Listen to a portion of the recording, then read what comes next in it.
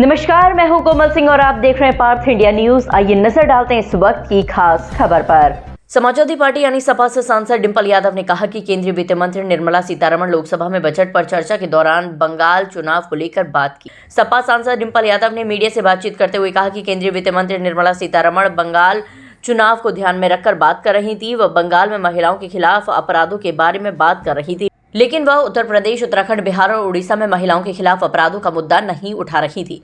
उन्होंने एक तरफा तरीके से बात की है। जिस तरह से अमेरिका के साथ भारत की ट्रेड डील हुई है, उससे कहीं ना कहीं हमारे किसानों को नुकसान होने जा रहा है, हमारे छोटे छोटे उद्योगपतियों को नुकसान होने जा रहा है। फाइनेंस मिनिस्टर हैं, वो बंगाल के इलेक्शंस को देखते हुए बंगाल की ही बात कर रही थी and she was talking about the crime against women in Bengal, but she wasn't picking up issues of crime against women in Uttar Pradesh, Uttarakhand, Bihar, Odisha. तो बहुत ही पक्षपाती तरीके से उन्होंने बात रखी है। और जिस तरह जो डील हुई है अमेरिका के साथ, जहां पे पूरी भारतीय जनता पार्टी नतमस्तक हो गई है यूएसए की सरकार के लिए, और कहीं ना कहीं जहां हमारे किसानों का नुकसान होने जा रहा है, हमारे छोटे छोटे उद्योगपतियों का नुकसान होने जा रहा है, तो पूरी तरह से भारतीय जनता पार्टी नतमस्तक हुई है यूएसए के पैरों पे।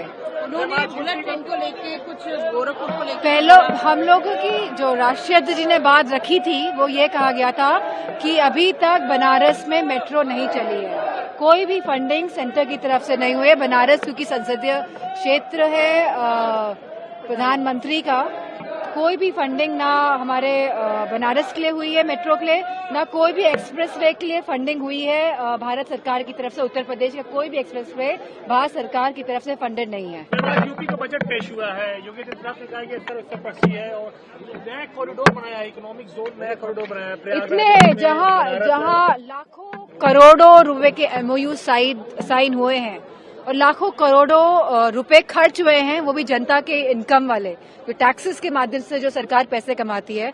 तो इस तरह के जो बड़े बड़े ये लोग विशाल मैनेजमेंट करते हैं इन प्रोग्राम्स के, जहां पे इंडस्ट्रियलिस्ट आते हैं और एमओयू साइन होते हैं।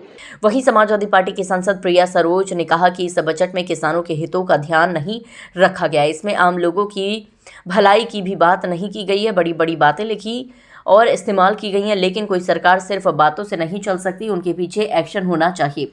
मुझे लगता है कि इस बजट में हमारे युवाओं या आम आदमी के लिए कुछ नहीं है। हम लोग चाहते हैं कि किसानों का हित रखा जाए। हम लोग वित्त मंत्री से उम्मीद लगा रहे थे कि वह उन सवालों का जवाब देंगी जो हमारी पार्टी के राष्ट्रीय अध्यक्ष ने उनसे पूछा था, लेकिन सवालों के जवाब नहीं मिले। उन्होंने कहा कि बजट हमारी उम्मीदों पर खरा नहीं उतरा। हमें लगता है कि ये सिर्फ नंबरों पर आधारित बजट और चुनावी बजट है। इसमें बार बार कोलकाता, पश्चिम बंगाल और ममता दीदी की बात की गई है, लेकिन हमें लगता है कि दिया गया जवाब संतोषजनक नहीं था। शिक्षा, स्वास्थ्य, किसान और रोजगार पर बात नहीं हुई। चुनाव को लेकर बंगाल के बारे में बात की, इसीलिए हम लोगों ने विरोध प्रदर्शन किया। वह सिर्फ बंगाल के बारे में बात कर रही थी। आज के लिए बस इतना ही। ऐसे ही देश और दुनिया की तमाम छोटी बड़ी खबरों को देखने के लिए जुड़े रहिए पार्थ इंडिया न्यूज से, हमेशा सच के साथ। नमस्कार।